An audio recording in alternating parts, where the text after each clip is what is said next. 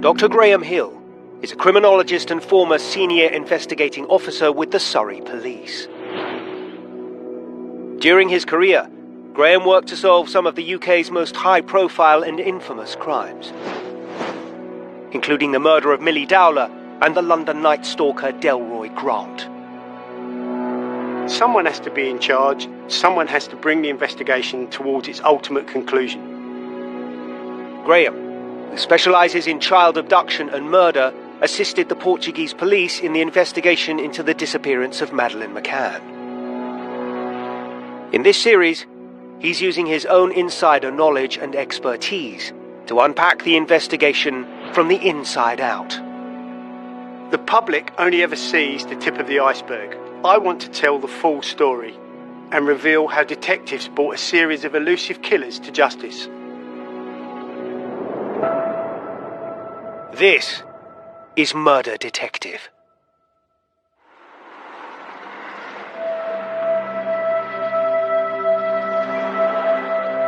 Canning Town is located in the borough of Newham in East London. Over the centuries, it has developed to serve the Royal Victoria Dock. With that has come some social challenges such as poverty, low education and subsequent poor health for its inhabitants. So much so, it's considered to be one of the most deprived areas of the UK. There's so many problems. All you hear every night when you're there is police sirens. All day, all night. There's just always problems, always things going on. It's just a shame because people want to live in that area, but other people spoil it.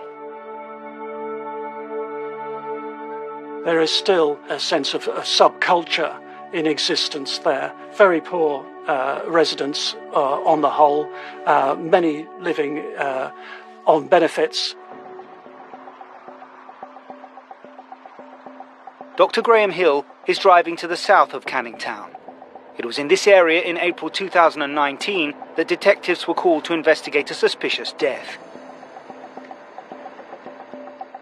Graham is meeting the senior investigating officer who was put in charge of the case, Simon Harding. Simon, here we are at Vendome Close, Canning Town. Can you tell me what you found when you came here on the afternoon of the 27th of April 2019?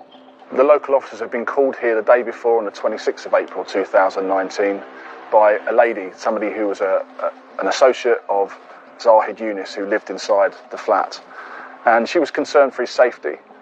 And officers went there on the 26th. They couldn't see anything visibly from outside. They knocked on a few doors. And in policing, really, he wasn't at the highest end of a concern. He wasn't a high risk at that point. But it goes on then into the next day, the 27th of April. And the officers just felt at that point, well, nothing's changed. There is a concern for his health. And they felt that they should break into the premises and have a look around just to make sure and check on his welfare.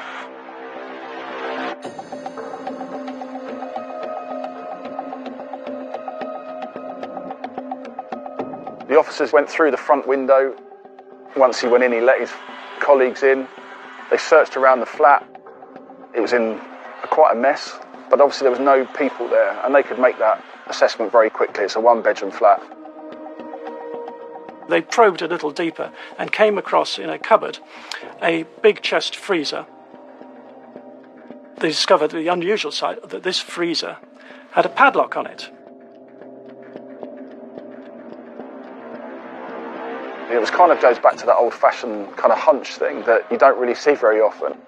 The officers went outside, got a crowbar, come back in, and then straight away saw, after a slight bit of movement of some cloth, that there was a human foot sticking up in a sock. Immediately, the scene became a crime scene. Officers withdrew. Crime scene cordons were put in place. And then the chain would then eventually end up to a murder team in London being called down to that scene. And that's when my own team were deployed down there to do all the work that is necessary to start building that picture of what's happened. So when you arrived, what were your early thought processes? What were you thinking about as an SIO, decisions, policy, that kind of stuff? When you have a call of an incident like this, when someone's in a freezer, it's particularly unusual. It doesn't fall into the main frame of different murders that you do have out on the street. So you've got lots of thoughts. Really, the main thought you have is a concern about, well, the person that's done this, that has the ability or the mindset to put somebody in a freezer. Where are they? And I need to get them as quickly as possible, especially when you don't really know much about them at those very early stages. Are they a danger to other members of the public, the local community, or even the wider community? With the homicide team alerted, Simon Harding's primary need was to call in his crime scene manager to secure the area and evaluate the possible evidence available. They are in charge, essentially, of that crime scene. All the forensic examinations that take place, the forensic retrievals, they go into the flat. I won't go in at that stage at all. There's no need for me to go into that crime scene to start, again, contaminating potentially or anything like that. So I stay outside, and they are my eyes and ears inside that venue, that they can then tell me what they've seen and really what I'm looking at. As crime scene manager, you'd enter the scene, obviously wearing full protective clothing, with a detective from the homicide assessment team. And it's just to make an initial visual examination, whether you can see blood, what sticks out to you. But at this point, what you're also to consider, body in the freezer. How did it get here? Was she murdered somewhere else? If she was murdered somewhere else, you're looking at another scene. If murdered somewhere else, brought to this address. How did she get here? Vehicles. So the scenes are starting to build in your mind, and strategies need to be put into place about how you're going to deal with those other scenes if they do come to light. In a scene like this, the crime scene manager would assess what kind of specialisms that they would want to help them. In particular, we would have video photographers there, still photographers, people to help the crime scene manager to do fingerprints, DNA swabs. At that time, it's so complex, that particular scene, with the nature of the freezer and the fact that inside that flat was a total mess. So it becomes a very difficult thing to make assumptions straight away, and you need to know an awful lot more, and that's really where everything starts from. So, of course, at this stage, you can't identify the body in the freezer, so that's going to prove problematic for you building up your victimology, isn't it? It is, and that's one of the reasons why you want to do this quickly, want to try and find out who that person is. But in this particular case, I mean, it's just harrowing the way that you couldn't identify the body due to the way in which it was within the freezer and the fact the body was frozen and covered in blankets. Simon and his team were racing against the clock. Not only was it crucial to secure the freezer and its surrounding area, but they also needed to preserve the body inside. It was clear that the power had been off for some time, and what you wanted to avoid straight away was any form of thawing out or decomposition to take place there and then. We needed to preserve as much as we could until we got it into an area where we could control what happened with that freezer and then the forensic retrieval from inside the freezer. To remove the freezer to the mortuary could have caused some kind of problems, but it was quite contained. So the decision was made that we would move the whole item to the mortuary rather than have a pathologist come to the scene and maybe to start taking initial samples. So the freezer is now at the mortuary, and we need to x-ray the freezer. So again, specialist photographers from our scientific imaging team also do x-rays. So x-ray machine was brought to the morgue and the freezer was x-rayed. That was when police realised there was not one, but two bodies, a second one underneath, both frozen solid, clearly been there for months, if not years, and fused together. That really is when you think, what are we dealing with here? You know, it's obviously something which is incredibly unusual, but now you're dealing with something which is incredibly sinister. It was the discovery of not just one body, but two, that the investigation was elevated from suspicious to one of murder. And crucially for Simon Harding, the location of the flat's occupier, Zahid Yunus, was still unknown.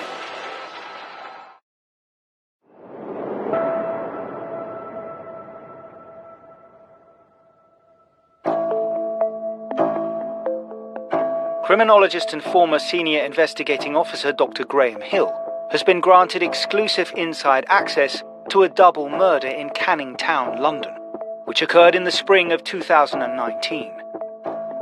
The gruesome discovery of two women murdered and tightly packed inside a freezer had been quickly passed to the homicide team led by SIO Simon Harding. The occupant of the flat, Zahid Yunus, was nowhere to be found. Two bodies in the freezer was obviously quite a shock and unexpected. So again, a decision now had to be made about how they were going to remove the bodies from the freezer. This decision was taken by the pathologist, a forensic archaeologist and an anthropologist.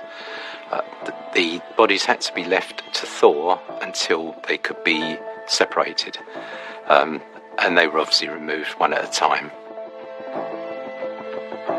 Having got the freezer from the flat and taken it to a mortuary, you're then left with the flat as a crime scene. How do you brief your crime scene manager and what gets done then? You're looking to say, right, what's the rest of the premises look like? And what can we see, visibly see, in front of us? But also there's that other element of what you can't see. What you can't see to the naked eye, there might be something blood cleaned up.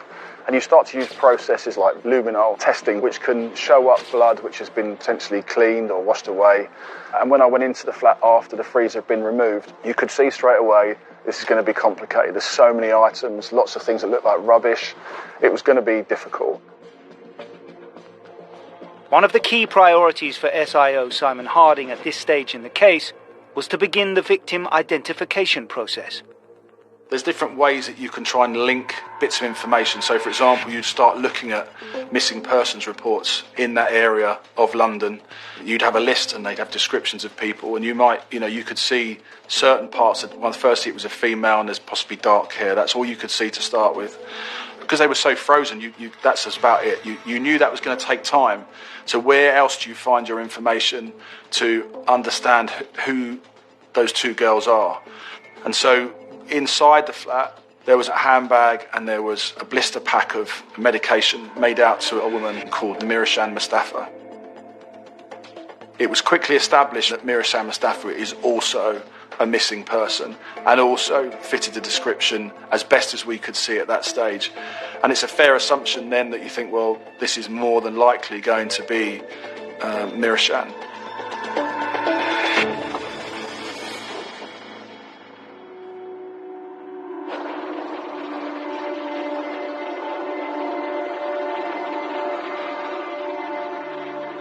I was at work that day. I was on the train coming home. And like you do when you're on the train with everyone else, you're sitting on your phone, literally just...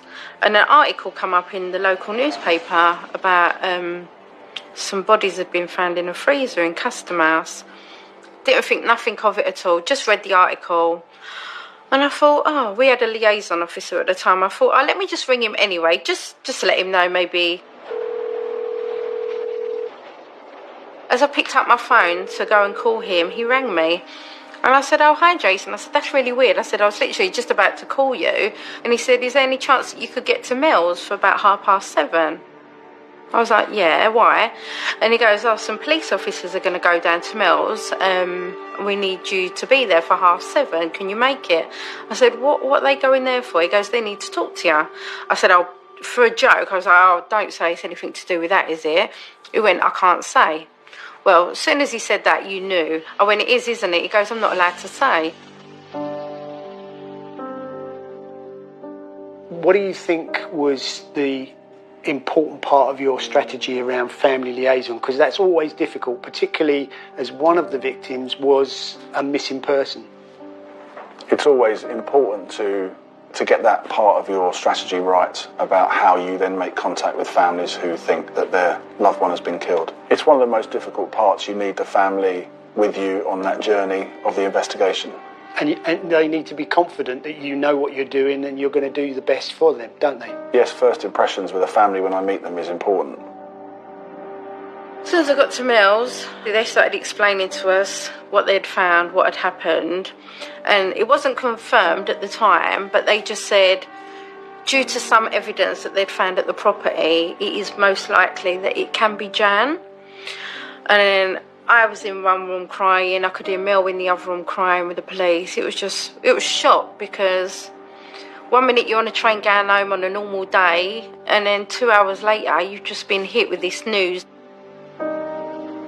While the evidence pointed to one of the bodies being 𝗞𝗶𝗹𝗶𝗿, or Jan as she was known by her family and friends, Simon and his team still needed a formal identification.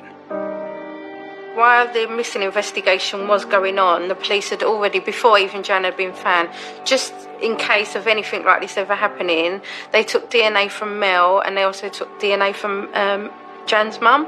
So they had 2 DNA samples on file. We could match and confirm that it was the body of Szucs Mustafa.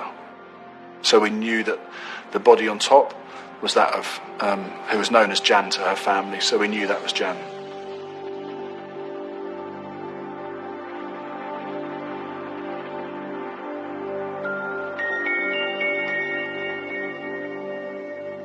Me and Jan grew up together as cousins. We'd always go around each other's houses at the weekend, spend time together. I've got a passion for music, and I love music. I do DJing. Jan's passion for music was dancing, so we were always clubbing. We'd hire out venues, we'd do our own parties together. She would hire out little halls and teach children street dance. So I think that's where we become even closer, because we had so much in common. She was a single mother trying to do the best for her children, but sadly got behind with her rent, so she made the decision to move in with her mother for a while. During this period, she became quite depressed and sadly turned to alcohol and drugs. The drugs she bought from a friend of Eunice's who lived quite close by, and this is how she came to be involved with Eunice.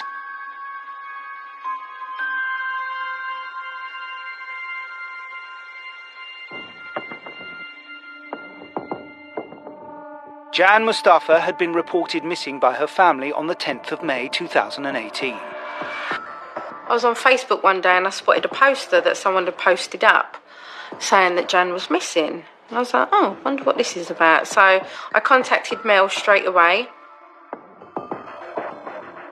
And that's when I jumped on board, and then it was me and Mel following on. It was just 1 year of hell looking for her. Simon and the family liaison officers within his team quickly formed a line of communication and trust with Jan's family.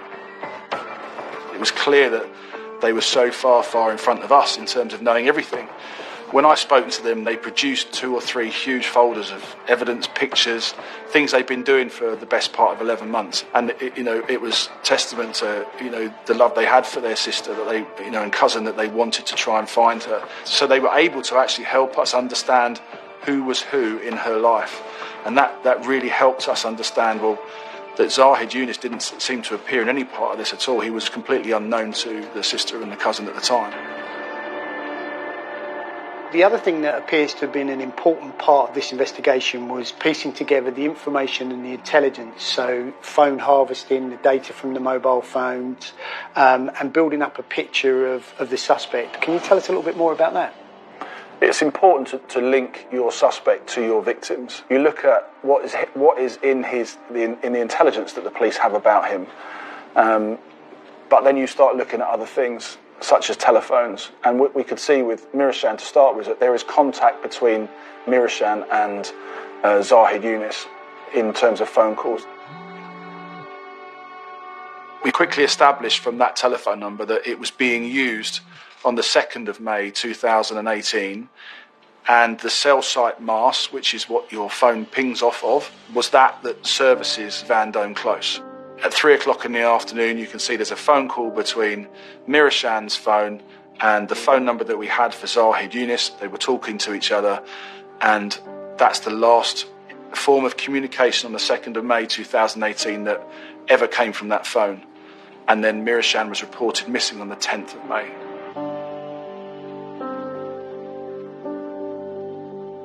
Simon discovered that the police had missed an opportunity which had happened previously. On the 5th or 6th week, when Jan went missing, they called Zahid's number. Hi, how can I help you? All nice. Anything I can do for you?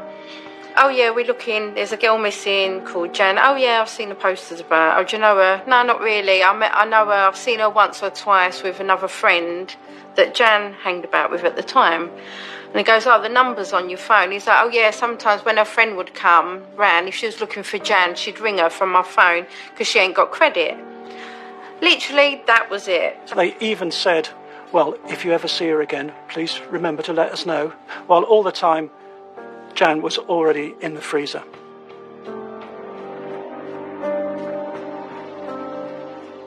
I have sympathy with 𝗞𝗶𝗹𝗹𝗲𝗏's family. When she was reported missing, I don't think they were given the response that they really should have got. But in this particular case, I don't think that had the Met risk assessed her disappearance differently, that they would have prevented her from being killed.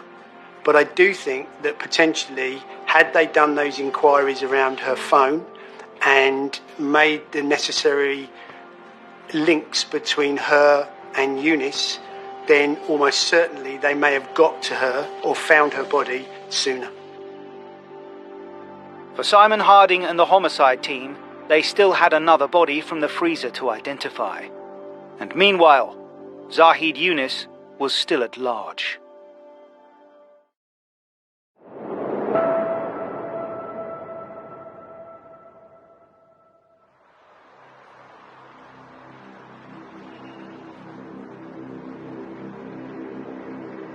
SIO Simon Harding and his team had identified one of two bodies found in a flat in Canning Town, London. But they still had to find their suspect, 36-year-old Zahid Yunus. I understand that the locals gave you quite a bit of information about Eunice. Yeah, once we had established who the resident was of the flat, Zahid Yunus, then we were able to speak more directly to people about, do you know Zahid Yunus? You know, what interaction have you had with him? What kind of person was he? And we got quite a lot of information back, really in the early stages, that he was somebody who was a nuisance in this area, and lots of things had happened where there was screaming from him and shouting outside the flat, disturbing everybody. So we got a lot of information about him. Zahid Yunus was in his early 30s. He used to go by Boxer because he loved boxing, and he had a tattoo with Boxer on his neck. He also used to go by the name Ali, some known him as Ali. I take it from Muhammad Ali from boxing. Yunus had been offending as far back as 2001. He'd been in prison for a 3-month period. Any previous partner he'd spoken to, there seemed to be violence against all these women. He'd actually married a child bride at 14. He was having a relationship with her when she was a sexual relationship with her when she was 13 years old. He was soon after that targeting other teenage girls, and subjected another one to the most horrendous nightmare existence, so much that she jumped from a window to try and escape. He dragged her back inside and forced her to eat off the floor like a dog. The intelligence around Zahid Yunus showed that he was a systematic abuser of women. He chose those people that were vulnerable, the ones that wouldn't report him, the ones that needed a roof over their head, needed the drugs, needed to feel like somebody wanted them. He was a registered sex offender after one of his cases, and he was being visited as a low risk, and was visited almost like once a year, really, to make sure he has conditions that he has to do, but he was never really on that radar because there weren't enough people coming forward about what he had done to them. While detectives started to gather evidence of their suspect, Zahid Yunus, the team also needed to uncover the identity of the second body found in the freezer. There were a few identification marks on her, but when compared against missing persons reports, there was nothing that showed up. And so that was a more difficult process to try and identify the second body formally. So then we started to look at the intelligence. What does the intelligence around Zahid Yunus look like? And we had to go back quite a long time in fact, to 2016 to see the last time that the police could say in company with a female, and that was around about 29th of August 2016. And of course, as the SI, you think, well, that's ages away. I need stuff which is closer and more relevant. But in fact, a name came up as a female called Henriette Szucs. She had been the victim of crime quite badly on a number of occasions through domestic abuse. And then one of those cases, she'd had to give her own DNA sample. So we used that sample of DNA against the sample taken from the second body, and it matched. And so at that point, we knew that was Henriette Szucs. Now let's talk a little bit about victimology. What did you learn about Henriette? Well, firstly, going back in date, really, Henriette, we found out early on that she was a Hungarian national, that she'd been in the UK for probably 2 years, up to the point of her death, having come back to the UK from Hungary. She was trying to get her passport sorted out, some sort of something where she could present to people to say, this is me, I'm not just a visitor to the country. But what you could see was that she was vulnerable, she was susceptible to drugs, and being vulnerable and potentially homeless quite a lot, she also became a victim to other men who would commit domestic abuse on her. And Zahid Yunus was no different to them, but he took it to a completely different level. She left Hungary to come to Germany to start with, before she came to the UK in 2012, when she started working as a sex worker in East London. She went back to Hungary and had one of her children adopted, and then came back to the UK in 2014, where she met another man who she moved in with, and sadly became a victim of his domestic violence, and at some time was either thrown or pushed out of a 5th floor window, in which she suffered some horrific injuries. She then ends up in the Royal London Hospital and meets a man that she thinks is going to be now, for the first time in her life, her Sir Galahad, the White Knight, who will ride to her rescue and give her the love and the support and the security that she's always dreamt of and has never had in her short life.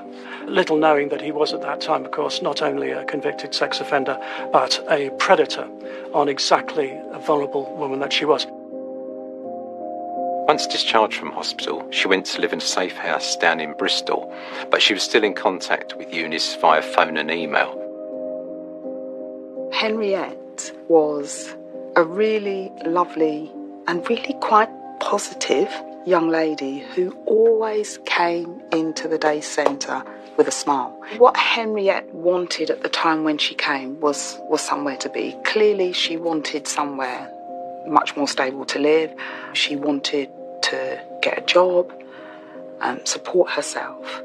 She spent her time drawing. She laughed a lot. She really did. She brought joy to us at the day centre.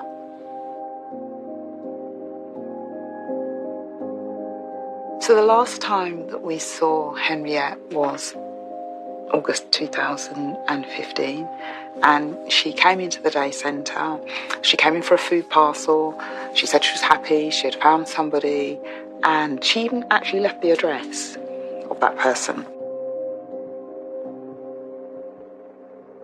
Inside that flat was loads and loads of torn up bits of paper and a diary of Henriette, and you could see within the diary of the bits that weren't torn out that she liked poetry, but the poetry got darker and darker as it went on. So lots of love for him when you can see in the early months when she was with him, getting to the point at the end where she's terrified of him. And because there were so many torn up bits of paper, we had desks dedicated to building a jigsaw back of all these, and they could be relevant, they might not be, but actually what they did do is they described what kind of pain she went through with him. As the weeks of the poems and the letters and diaries went on, had to sit in a corner today, he got upset, don't want to upset Boxer, I'm really hungry, but if I eat I'll be told off, isolated, not allowed out today, have to stay home, better clean up before he tells me off. Eunice subjected her to a torment of abuse physical injuries and, of course, the mental torture that went with his controlling behaviour. And within just a small number of months, she would be dead. Detectives were starting to piece together a profile around their suspect, Zahid Yunus, and the two identified victims. A timeline of events was starting to become clear. Another crucial piece of evidence was when he purchased the freezer. Yeah, Henriette's timeline was kind of stopped around August, 29th of August, the last time we knew about her. And then we could see also that there were some diary entries towards the end of September, and then everything stopped. Then we look at the freezer itself. What you could see was that freezer was purchased locally in a big superstore on the 10th of November. And that really was very, very close to the last time that Henriette was seen. So was the freezer purchased for the sole use of putting Henriette in? And I believed it was when I found out that time, because also the freezer was purchased using a false name, false address, and using cash. The box that freezer came in was still there 2.5 years later inside that flat. And the plastic wrapping around that box that the freezer came in was actually wrapped around Henriette's body inside the freezer. While some pieces of the puzzle are in plain sight, there are also unforeseen complexities to the case, such as the post-mortem results. There's no proper cause of death yet, and that's very difficult in a murder inquiry, especially for the SIO, because most murders are very clean cut. You know how somebody's died, but when you've got two bodies which have essentially, because the power has gone on and off in the flat, there's been decomposition and refreezing. It's just gone randomly, and especially over 2.5 years, it became very, very difficult for the pathologist to really understand, even though you could see all these injuries, how they actually died. Back at the flat in Vendome Close, Canning Town, the crime scene investigation team made another disturbing discovery. This crime scene manager is now working through the items that are being found inside the flat itself. Once they're starting to clear everything away and take those exhibits which they think are important, working out into that lockup outside. And inside that lockup was 2 or 3 rolled up pieces of carpet. When you put the carpets down in the rooms where they came from, and then they underwent luminol testing and other forensic testing to look at the blood and patterns that there might be, you could see there were several spots in each carpet of the blood belonging to Henriette Szucs. Henriette Szucs had over 50 external injuries where she would have been in extreme pain and she would have bled a lot. There was just blood all down the hallway, in the lounge where all these carpets were originally before they'd been pulled up. So you can't imagine the horror that was taking place inside that flat between Zahid Yunus and Henriette Szucs. He used his victims as punch bags. You could see the broken ribs down both Mirashan and Henriette. A lot of ribs, all but 2 broken on Henriette. In light of this harrowing evidence, it had become crucial for the police to find Zahid Yunus as quickly as possible, before he could harm anybody else. But the net was closing in on his location.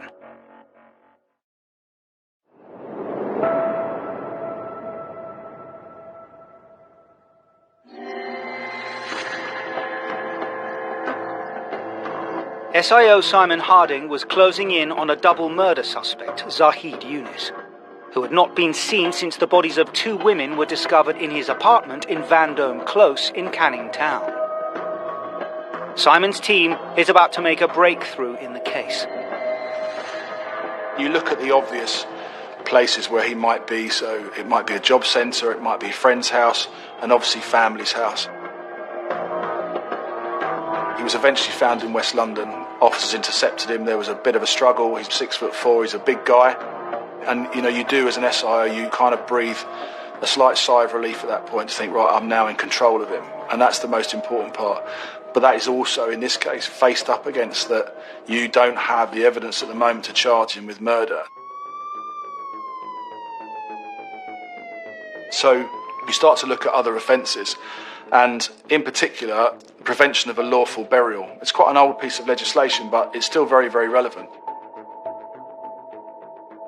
That was enough at that time for the CPS to say, right, okay, yeah, it's his flat, he's on his own, there's links between him and the two girls, so as far as we're concerned, that's enough to keep him in custody at the moment. Getting that initial charge, that holding charge for preventing a lawful burial, was such a relief because it allowed the team to concentrate and not rush, but make meticulous inquiries into all the aspects of the case. They'd worked so hard to get as much evidence as possible, disproving everything that we could think of that could be another reason for why these two women are in the freezer, to then say, well, this is him, this is what we found, these are the forensics inside the flat. All these things presented together allowed the CPS to say, right, well, we think we've got enough now to charge him with murder.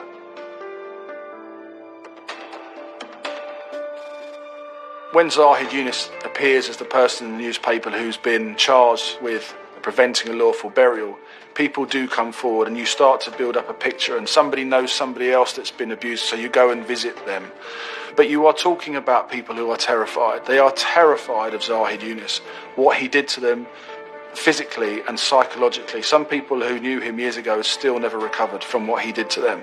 But then you try and encourage them to be strong. The more that come forward, the more chance there is that he will stay in prison. And so we had a number of people that wanted to come forward and a number that gave evidence. Let's talk about trial prep. What's the general feeling of how you're going to present your case?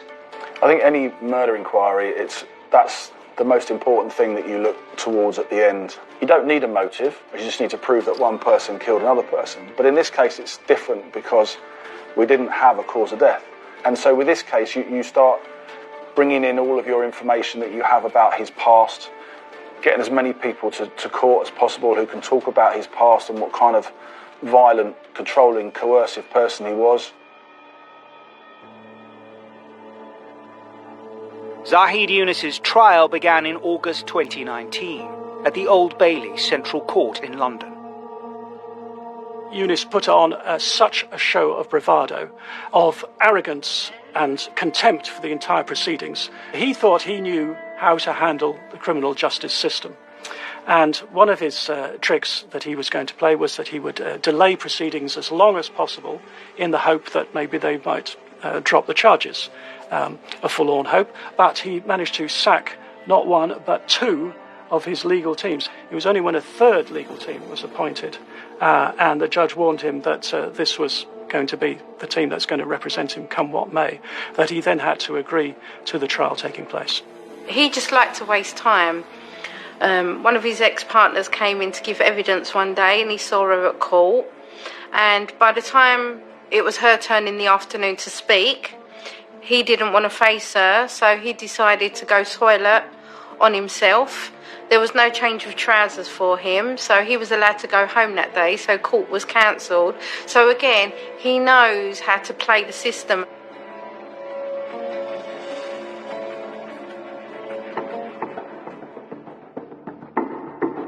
The prosecution team worked tirelessly to prove Yunus's guilt to the jury.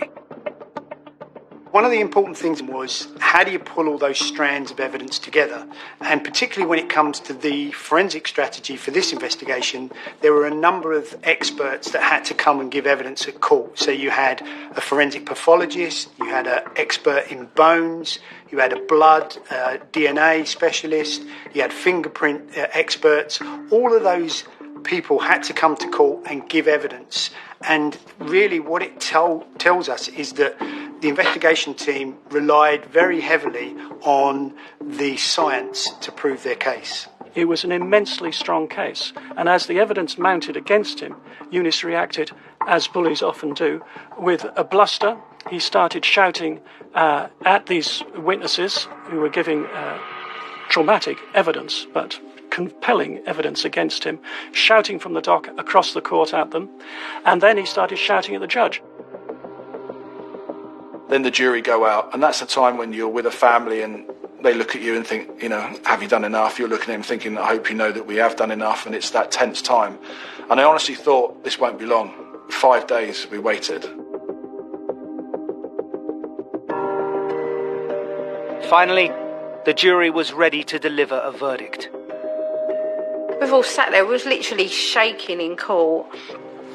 And then the guy got up and it was like, yeah, guilty. So my cousin shouting and screaming, she's like, shh, be quiet, gonna get told off. So he's sitting there, again, nothing.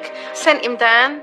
20 minutes later, we all went back in. He wouldn't come out from his cell downstairs. He decided he wasn't coming back. Eunice proved that at heart he will always be a coward by refusing to come to court to face his sentencing and to stand in front of the families of the victims that he had killed. So when he got found guilty, you must have been relieved. How did you feel when he got sentenced to 38 years imprisonment? Yeah, I was delighted. I think it's a huge number. There's not many sentences that are that high, but I was very relieved. But I thought there was a good comment by the judge that reminded him that he might never be released, given the type of crimes that he's committed. So maybe that he will never see the light of day. Yeah, and that's right. And it's 38 years. That's on that day is the first time he can even ask for parole. Mm-hmm. Not the day that he walks out the doors. And he's got to behave himself pretty much, for a long, long period of time. And I don't think he's got it in him. He's not that type of person. Zahid was given a life sentence. But was this enough for the families of the victims to get closure?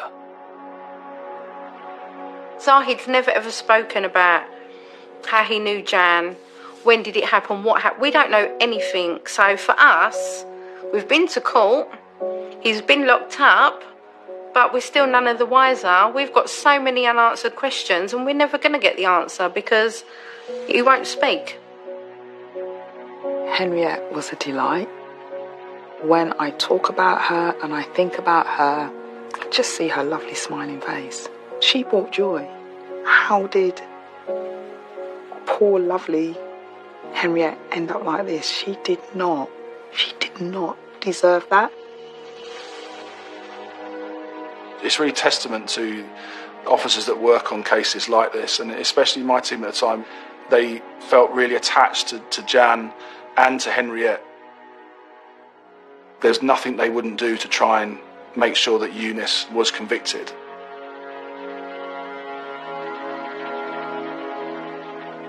My professional opinion is that this was a well-conducted investigation. Sometimes investigators can try and force an investigation into a particular line of inquiry. In this case, what he allowed the investigation to do was to find its own level. And by that I mean what happened was the forensic science told the story. And once the forensic science tells the story, the job of the SIO is then to present that story in conjunction with experts who come to court, in conjunction with the Crown Prosecution Service and Prosecution Counsel. So it's a team game. And in this particular investigation, it was teamwork that brought this man to justice and secured a conviction.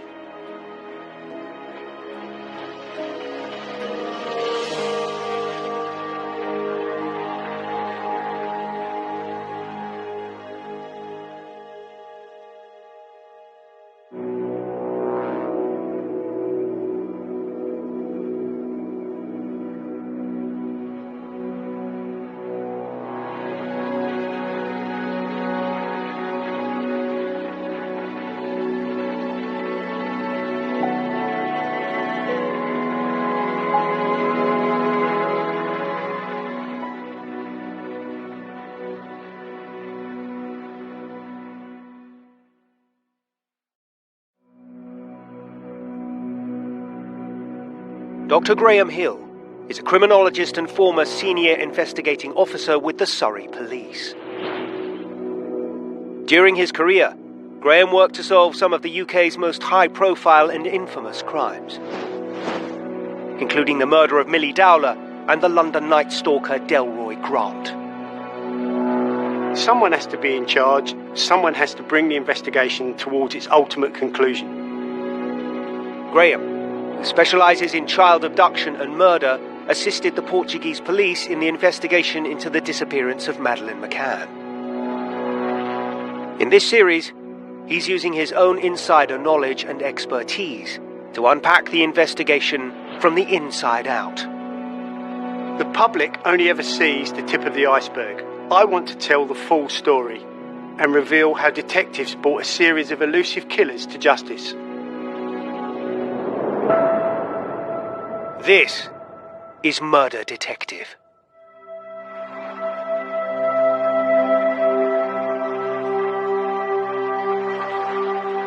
New Cross in London is an inner city neighbourhood just south of the River Thames in the borough of Lewisham.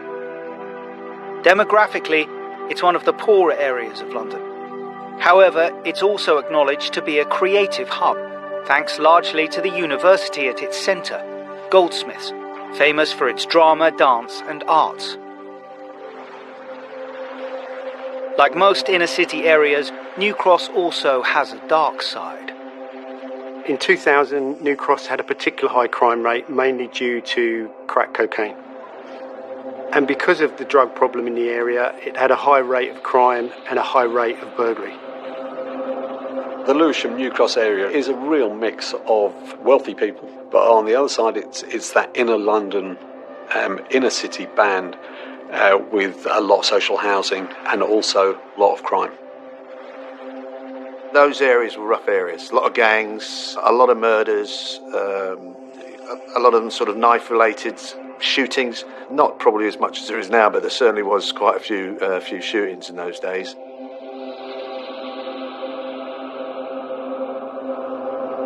On Friday night, the 10th of November 2000, emergency services were called to an incident on New Cross Road. It was reported that there had been a vicious attack on a member of the staff at a venue known at the time as the Paradise Bar. The Paradise Bar was a kind of hybrid between a club and a bar, basically. Shop front on the corner, entrance fee which was normal on a Friday, Saturday night, just to make sure they had that bit more income, but more importantly they could challenge the clientele that was coming in as well. The doorman at the Paradise Club on New Cross Road was stabbed around about 10:30 on the 10th of November 2000. There's an immediate response from the uniform guys, and in this case they will have assessed very quickly that this was a life-threatening assault involving violent criminals. What was described to the police was that he was lying in a pool of his own blood on the pavement outside the club, and that he'd been attacked by a group of 4 young men who had brought with them a pit bull dog. They cordoned off the area and they called in the duty on-call homicide team. The objective there is to secure the scene, identify potential witnesses and secure possible evidence. At that time, we brought in the homicide assessment team, which was a car staffed by murder investigation detectives that were on the shift system, and they were the first response in that golden hour. They would work with the uniform officers to seal off the area, preserve any kind of forensic exhibits, and then they would report to the on-call senior investigating officer. They look at the scene, it's clearly an attempted murder, if not a murder, and they call the on-call SIO, who is Will O'Reilly.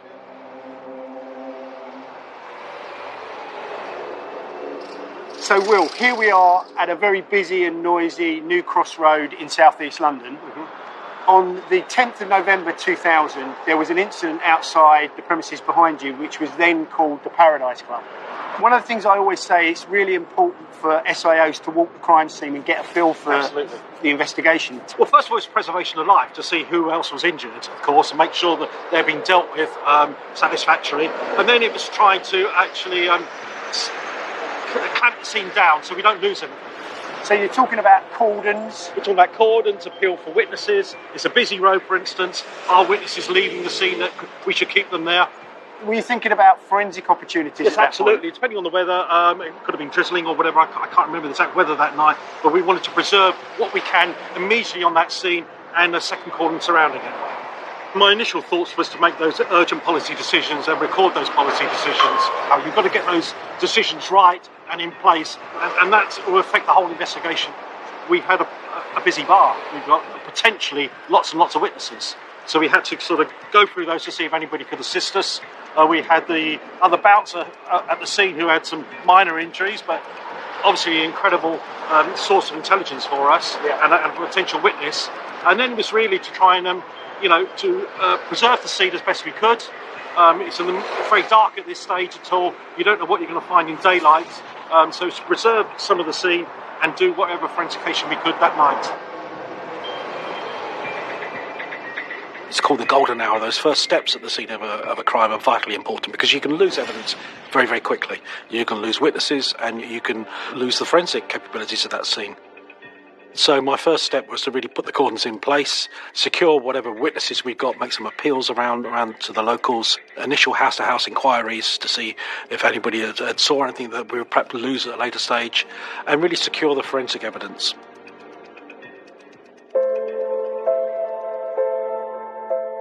The doorman who had been attacked was 36-year-old George Napier. George, often known as a gentle giant, was rushed to hospital with life-threatening injuries following the incident, but tragically was pronounced dead on his arrival. George Napier was born in Scotland. He was a family man. He had 3 children and lived with his partner in the Tottenham area of London. He was working as a doorman part-time, but he had aspirations of becoming a lawyer. Although he was physically pretty big and imposing, he was very caring, thoughtful, friendly towards everyone he knew. As so often happens, it can be one punch or one stab, and they hit the right place and that's it, and the victim's dead.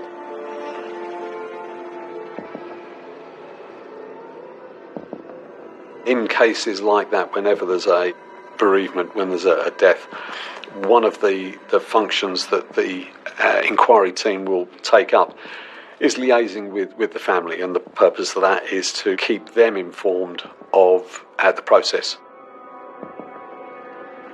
One of the main persons I would have had on call with me that evening is a authorised and trained family liaison officer, such as I would have had an exhibits officer and significant witness interviewers, all part of my core team who will be called out when a murder happens. So that person would have been briefed and deployed to go and track down the family if they hadn't already been told. For anyone, someone getting killed is a complete shock, unexpected, and they won't be familiar with the procedure, not just the investigation, but how the death is handled by the various authorities.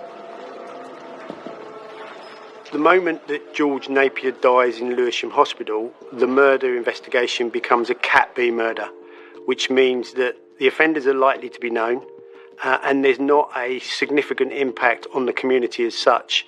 So the police are able to start a line of inquiry very quickly. A Category A crime may attract a lot of public interest. A Cat B can still be a very complex investigation, but may not have that same level of profile. And then a Category C is generally where the suspects are known, and that may well and will often include a domestic murder. The killing of George Napier in New Cross was nominated as a Category B unlawful death, and with SIO Will O'Reilly officially in charge of the case, the Golden Hour murder investigation began.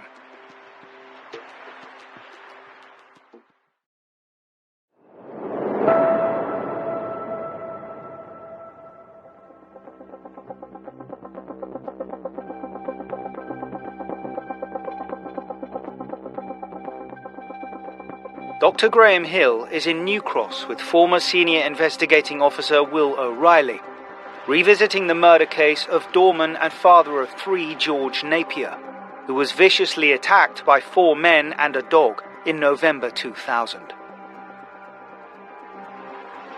At the Paradise Bar on New Cross Road, The homicide team were attempting to secure a crime scene and preserve any possible evidence. Will O'Reilly arrived at the scene around about an hour after the incident. At that point, he knew that George had died at Lewisham Hospital. He called a crime scene manager, someone to manage the scene, to manage the forensic examination, and he cordoned off the area. And typically he would have put an inner cordon close to the scene and an outer cordon, which would have been difficult because the Paradise Club is situated on a main road, and therefore it would have been difficult to cordon off. You would have been aware, if you'd been the uniform relief inspector, the shift inspector on the area, that you had sufficient officers in case this turned into a disturbance, because some people don't like being told, no, you can't go there, you've got to go over there, you're not allowed in there. And there have been occasions where, certainly as detectives, you relied on uniform officers to ensure that there wasn't unrest in the area. You have a murder happening in the vicinity of a pub or a club where a lot of people are. You've got to sort out very quickly who are your main witnesses, who are the significant witnesses, some quick one-line interviews to say if they saw anything, and then we'd follow up that on a later stage of the inquiry if necessary. And they would have said, anyone see what happened? Anyone see who attacked George? Anything unusual about them? Can you describe them? And what came up was one of them had a dog, which was, I understand, American pit bull. With detectives starting to gather information, Will O'Reilly quickly appointed his crime scene investigator, DS Callum Sutherland. I received a phone call at home that there had been a stabbing at a pub in Deptford. I immediately go to the scene. Quite often you find that the information you get on a telephone, when you actually get to the scene, it's very different from what you either pictured in your head or from what you were told. So when I got there was still a few people around about, as I call the other bouncers, bar staff. I spoke to some of them about what had happened, what did you see, to give me an idea of, well, where did my victim land, where did these parts of incidents take place, were they already in the pub? And did they come back? Because if they were already in the pub, where were they sat? What were they drinking? Because I may be able to find bottles or glasses still in that area that could put those people in the pub, because they may well say at a later, no, I was never in that pub, don't know what you're talking about. Crucially, in this case, they had a significant witness who was the other doorman who was working the door with George, who was involved in the incident but wasn't severely injured. And it was this witness who was able to reveal a possible motive for the attack to the crime scene team. Earlier on that night, George had refused entry to the club to a man called Spencer who had a dog. George, as the doorman, said, well, you're not coming in, and he didn't like that, neither did his friends, and they all went off. And very shortly after, he returned with a larger group and a dog. We didn't know who stabbed who at that stage. Even the other bouncer on the door couldn't actually name the person or couldn't describe the person who actually caused the fatal blow. While Will O'Reilly and his CSI gathered evidence, his team also needed to work fast to identify the man known as Spencer. Very quickly, they discovered that this was a man who was known to the police. Spencer Shepherd was known locally by many, many people as an owner of similar dogs, American Pit Bull Terriers, one called Colonel and one called Gaddafi. And his name was popping up from various witnesses pretty quickly that evening as a possible suspect. They knew that Spencer Shepherd was out. They knew that he was with 3 other men, and therefore they had a good starting point for their investigation. Spencer was part of a very active criminal group, and they were carrying out violent burglary attacks. The hole in the ceiling gang were prolific, taking over flats that were above premises. They would hold the people hostage that lived in the flats above the shops, and then at the right time they would literally break through the ceiling of the shop and either burgle it or rob it. Some of it was extremely violent. This gang had a reputation for causing real havoc in New Cross in particular. They were known to be using heavy drugs regularly and pretty much roaming and behaving as they wanted to. Their life revolved around taking crack cocaine, and fueled by crack cocaine and drink, they were hard to control. Detectives now had a group of 4 men suspected of initiating the attack, and a crime scene investigation team poised to start collecting evidence. So, Will, we spoke at the scene earlier on. One of the things I want to talk to you about is the forensic strategy, because there was blood at the scene, a blood trail leading away. So the crime scene manager with me would make a policy decision about how the forensic strategy was going to go. We'll record that down, and then he would work with the exhibits officer. It's a busy area. It was hard to keep the outer cordon up, so as soon as we could, we reduced that back down to an inner cordon, which we could preserve. So, looking for fingerprints at the scene, looking for other sort of forensic opportunities. It's dark, it's late at night. You had to take what you could that day, but preserve the scene so you could do those follow-up inquiries in the morning. To fingerprint the scene, we'd have to do it the next day, as well as doing some of the blood splatter analysis. And it was the job of crime scene manager D.S. Callum Sutherland to secure such analysis. It was while he was collecting samples at the crime scene that he had noticed an unusual blood pattern. I was informed that the victim got stabbed just inside, through the alcove bit, through a swing door. He fell there and he was beaten there. So I knew that it kind of started in the alcovey bit. But why was this blood here down low level in this corner? So I took swabs of it, obviously, and dealt with it. But it still niggled me about the spray, how low level it was, because that indicated to me that somebody had possibly been on the ground and was injured, and the blood spurted up the way. But it just didn't fit with what the stories that I'd been told by other people who I considered to be, reliable witnesses. In that sort of entrance to the club, there was a lot of spillage of blood, as you can imagine, with a violent attack.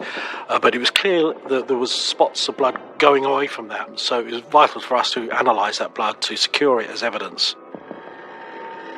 What I wanted to do was pretty early on to follow that trail, to be able to see where it took us and to, if needs be, make the cordon bigger. It stops round the corner, so that right away, so we need to make this cordon bigger. You need to take the cordon further up that road, because this is also needs to be cordoned off this area. It ended just by a cab office, which made me wonder, as one of the suspects injured himself or been injured somehow, and is this his blood? And then he's got a cab. But I think they were able to determine early on that no injured person had got a cab from that cab office, and no cab drivers or anyone in that office was in any way involved. While the blood samples were sent to the crime lab for immediate analysis, Will's team had also discovered a known address for prime suspect Spencer Shepherd. Spencer Shepherd's identity was known very early on.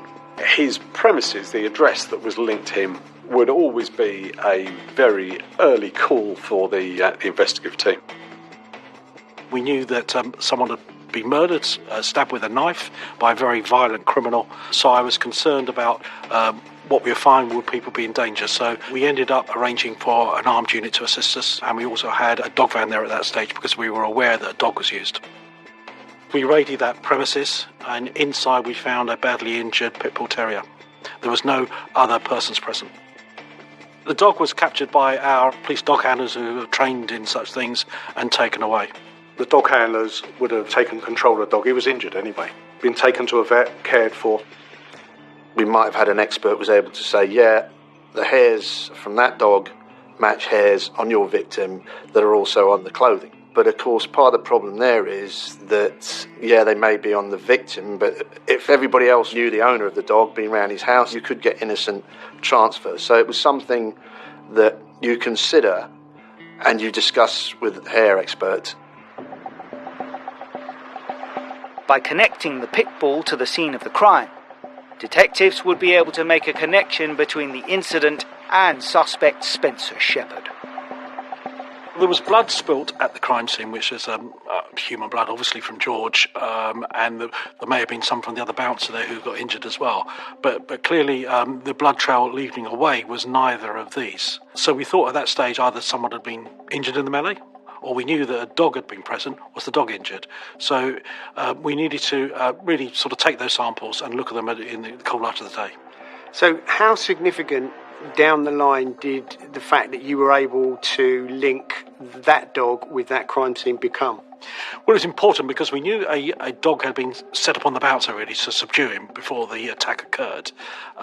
We knew that Spencer Shepherd owned 2 pit bull terriers. The dog was found in an address that was associated with him. So you've definitely got one name, Spencer Shepherd. Yes. And you've got Spencer Shepherd's dog. Yes. And you want to try and link that dog back to the crime scene. I think that was crucial to place Spencer Shepherd at that scene, him having gone on the run. With a prime suspect on the run, SIO Will O'Reilly was about to widen the search. And it was this decision that was to ultimately identify suspect number 2.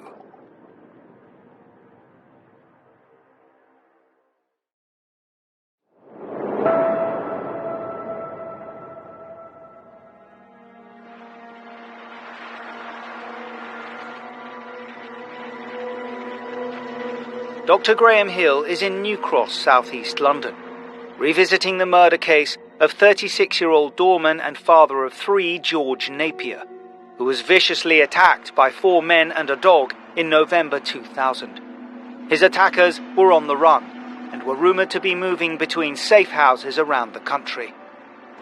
We don't stop when we think we've got enough evidence. We carry on until we've got all the potential evidence that we can possibly find, tying up that chain which puts people at the scene.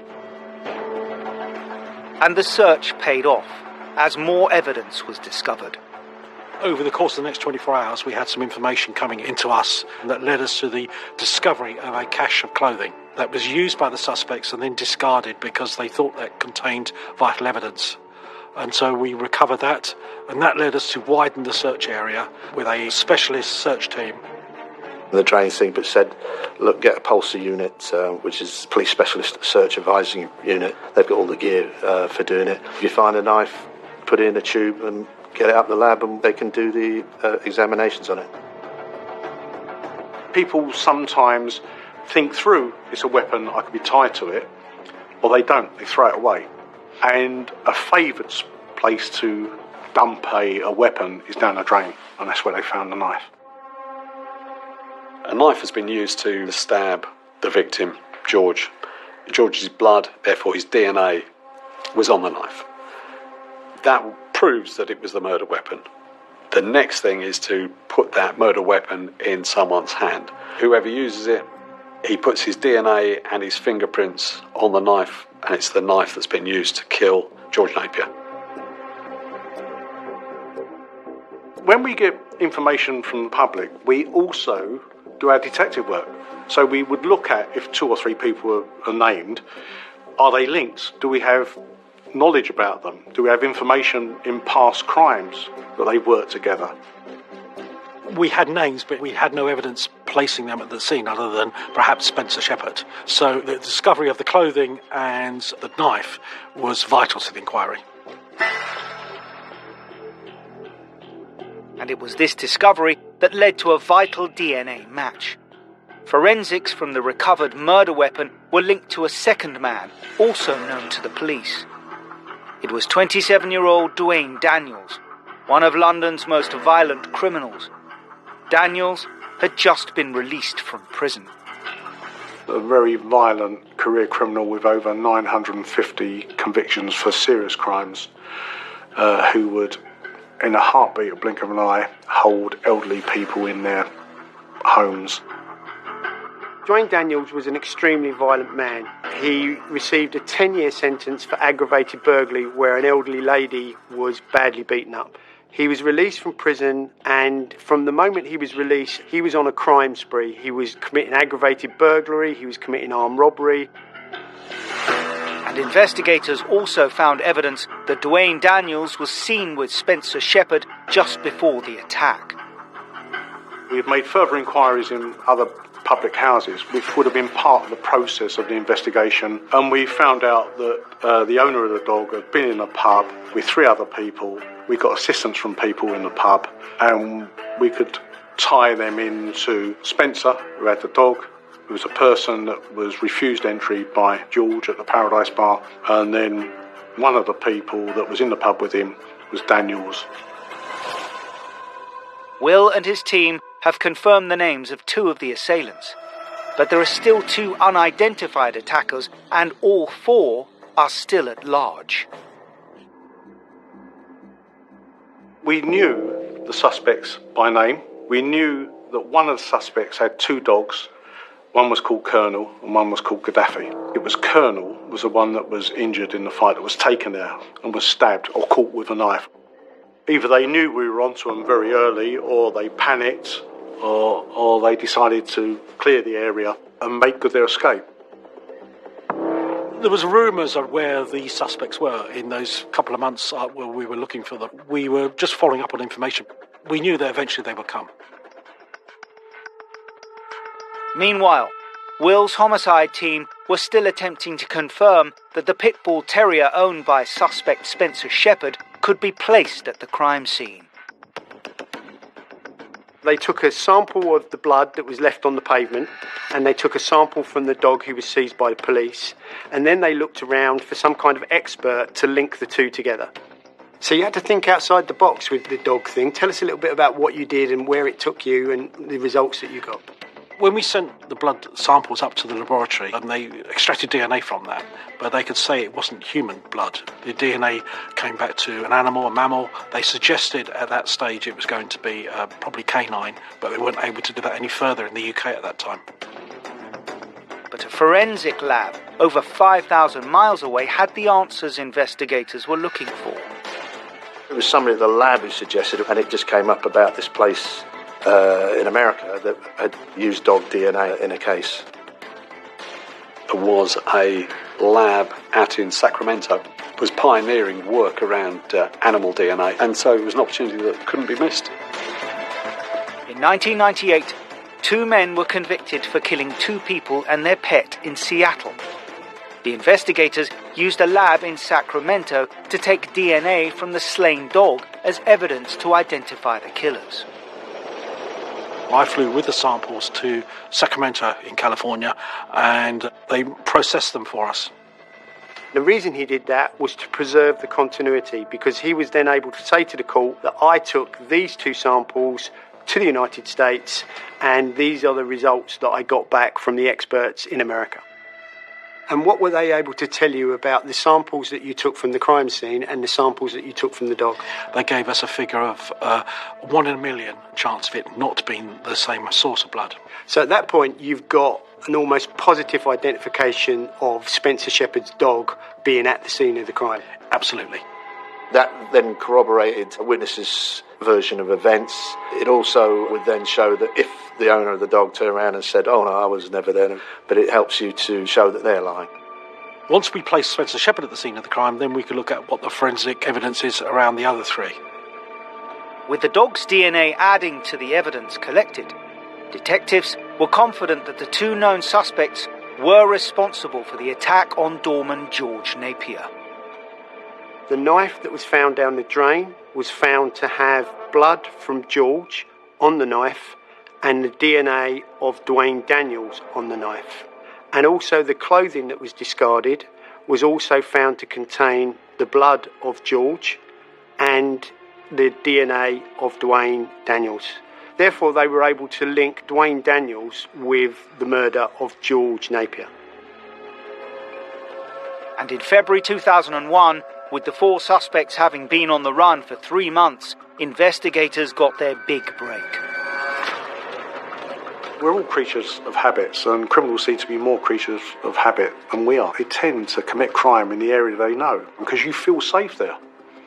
The danger with that is other people know you. So the first person to be arrested was Dwayne Daniels, who got arrested at the scene of a very, very violent robbery. 3 months after George's murder, Dwayne Daniels was arrested committing an aggravated burglary at the Halifax Building Society in Twickenham.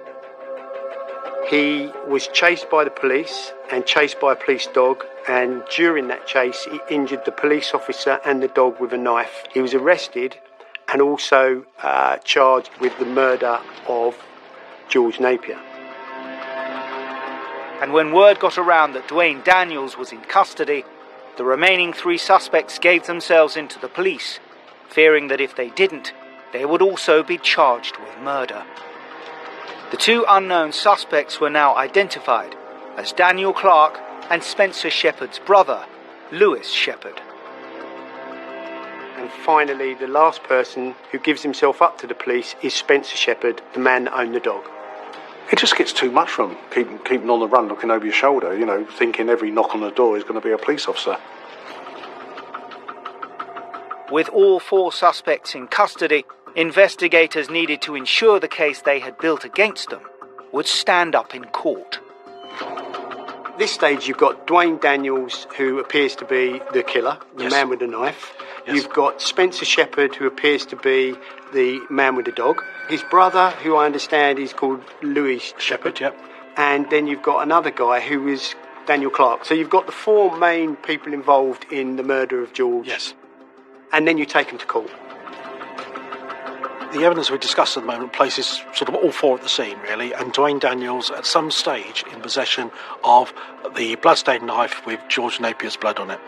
But that doesn't place the knife in Dwayne Daniels' hands. Despite the mounting evidence against him, police were concerned that Daniels could still argue that he was not the one who delivered the fatal blow, and more proof would be needed to convince a jury of his guilt.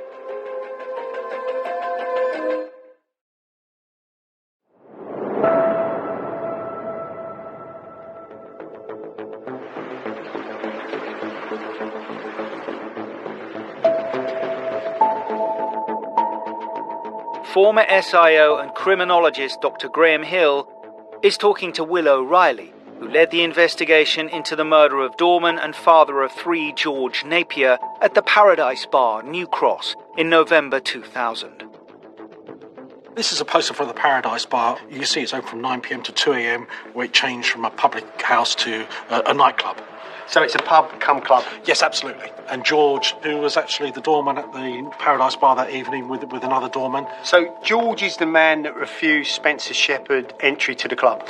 That's correct. He refused him entry the first occasion because Spencer Shepherd tried to get in without paying, and then he came back with his friends and assaulted George. And this is Dwayne Daniels, very violent man. Very violent man, had a history of violence and was committing offences whilst on parole from a previous sentence. And this is the blood trail? Yes, the Paradise Bar is on the corner there, and we noticed the blood going away from the scene of the crime, round the corner in Florence Road. While detectives were waiting for trial, the 2 additional assailants at the scene provided even more information than detectives had anticipated. When Dwayne Daniels was arrested, he went no comment on the police interview. However, the other suspects that were arrested implicated Dwayne as the man that brought a knife to the scene. Even though he'd been told not to bring a knife to the scene, he brought a knife to the scene and he administered the fatal blow to George. A year after the killing, the murder of George Napier came to trial at the Central Criminal Court in London, known as the Old Bailey. The 4 defendants were scowling, trying to look as dismissive as possible. Obviously, their lawyers wanted them to be on their best behaviour to give a good impression for the jury, but that wasn't something that came across very well. All 4 were originally charged with the murder of George Napier. However, in consultation with the Crown Prosecution Service, it was decided that Lewis Shepherd, Spencer Shepherd and Daniel Clark would plead guilty to conspiracy to commit grievous bodily harm. That would have covered them coming together when Spencer went to them and said what had happened, he'd been refused entry, go back and attack George, and really it put them on the front approach to admitting a lesser crime of murder. That was because they said that before setting out, they only intended to teach the bouncer, George Napier, a lesson. They wanted to beat him up pretty badly, but they had no intention to actually kill him. And they were suggesting that Dwayne took it upon himself to take a knife, and it was nothing to do with them. If they know the evidence is strong, placing them at the scene of the crime, and they believe in their own mind that they did, very little wrong insofar as they warned him not to take a knife, it probably suited them to actually confess their part to play in it. Anything before the murder, if they're planning it or moving towards it with an act, being at the scene, going there and being armed, including being with a dog, brings you into that conspiracy. When you got to court, Dwayne decided to go not guilty on the murder charge, yes, and the other three pleaded guilty to conspiracy to commit grievous bodily harm. That's correct. So that leaves you with a trial, yes, involving Dwayne Daniels. Yes. Tell us a little bit about how that unfolded. All the evidence was adduced in court, for instance, especially the forensic evidence was quite vital and quite damning, really. Evidence was given about the forensic link between Daniels and the knife found near the scene and the clothing found near the scene, and the fact that he was in company with the other three on the night George was murdered. And the crucial piece of evidence was that he made a confession whilst on remand in prison to another inmate who came to court and gave evidence for the prosecution. We were fortunate insofar as we had a confession by a prisoner he was locked up with on remand, who actually gave evidence at the Old Bailey against him to say that he had a cell confession with Dwayne Daniels where he admitted stabbing George Napier. They had provided pivotal evidence, and so they were rewarded for that. That reward, it's based on how the information helped with the inquiry. He denied it, pleaded not guilty, but was found guilty, with the jury only taking, I believe, less than an hour or so to find his guilt. Dwayne Daniels was a very violent man. In fact, before he was convicted of the murder of George Napier, he'd admitted to over 900 violent criminal offences. Most of them were aggravated burglaries and robberies. So that gives you an indication of the level of violence that he had in his life. And because of that, he was sentenced to life imprisonment when he was convicted of George Napier's murder. And because of all his other violent offences that were then before the court, he was actually sentenced to 6 life terms of imprisonment. When someone is sentenced to life imprisonment or multiple life imprisonment, those offences or those sentences will run concurrently. So what normally happens is they'll be doing 6 life terms of imprisonment, but they'll all be running at the same time. In this particular case, Dwayne Daniels went back to court and the judge made a determination that he could not apply for parole until he had done at least 19 years in prison. The senseless murder of George Napier has left his family to a lifetime of bereavement. George had a partner and 3 kids. He was doing the doorman job simply to get a bit of money. It was money that he could make of an evening because his partner could look after children. He could go out and work as well as working in the daytime. He was, a hard-working man. By all account, a gentle giant and a really easygoing, nice guy. Someone who clearly didn't deserve to be killed in a violent, unprovoked attack. Killed over £5. £5 for an entry fee. What we've got here is an innocent man doing his job, loses his life for £5. What a waste of life, and it just shows you how violent some people can be and how things can get out of hand very quickly. A phrase that was used in London at the time and elsewhere was Spencer was dissed. He was disrespected, and he went back to try and get what he thought in his mind respect back. The incident that took place was simply because Spencer Shepherd wanted revenge. He wanted to go back and teach the doorman a lesson because he'd been refused entry to the club.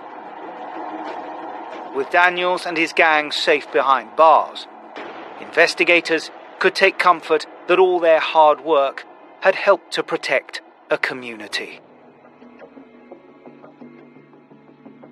It seems to me that there's 4 strategies that came together to help you and your team solve the murder of George Napier. Mm-hmm. The first one being the witness strategy. Yes. The next one being the forensic strategy, which was really crucial. Yep. You've then got your intelligence strategy, you source information from various places. And finally, you've got your family liaison strategy, which is, of course, best practice for yeah, absolutely. And there were some minor ones like the media strategy and other bits and pieces, search strategy, for instance. But they all interlinked with the main 4. You had really skilled detectives, committed, motivated, wanted to get answers, but also drew on the skills of a whole range of people and the forensic side, the family liaison, the detectives on the street, the people searching for exhibits, and the people who did the interviews. Thoroughly professional team, really proud to be a part of them. All the officers on the team worked extraordinarily hard. I think quite often, the scientists work hard, but they do kind of tend to get forgotten, scientists, at times. I think it's nice that when you get a result that somebody picks the phone up and says, hey, you did all this DNA work, or you did this on this case, we got a result, well done. Because they quite often, they never ever get to hear what happened in a case, and they really do deserve praise, because scientific work is painstaking. That's the greatest honour a detective can have, is when you have that pass to undertake a murder investigation and fulfil the outcome of convicting the people that killed them. When SIOs get to a murder scene, they really don't know where it's going to take them. And one of the important things is to run those strategies simultaneously and see where the evidence takes you. And in this case, the evidence took them to these 4 suspects, and Will O'Reilly and his team were able to use that information intelligently to secure a conviction and take a very, very dangerous man off the streets. Clearly, they're never going to bring George back, but at least for George's family, they will have some knowledge of what happened, why it happened, and some comfort from the fact that that person is locked up for a long period of time and may never see the light of day again.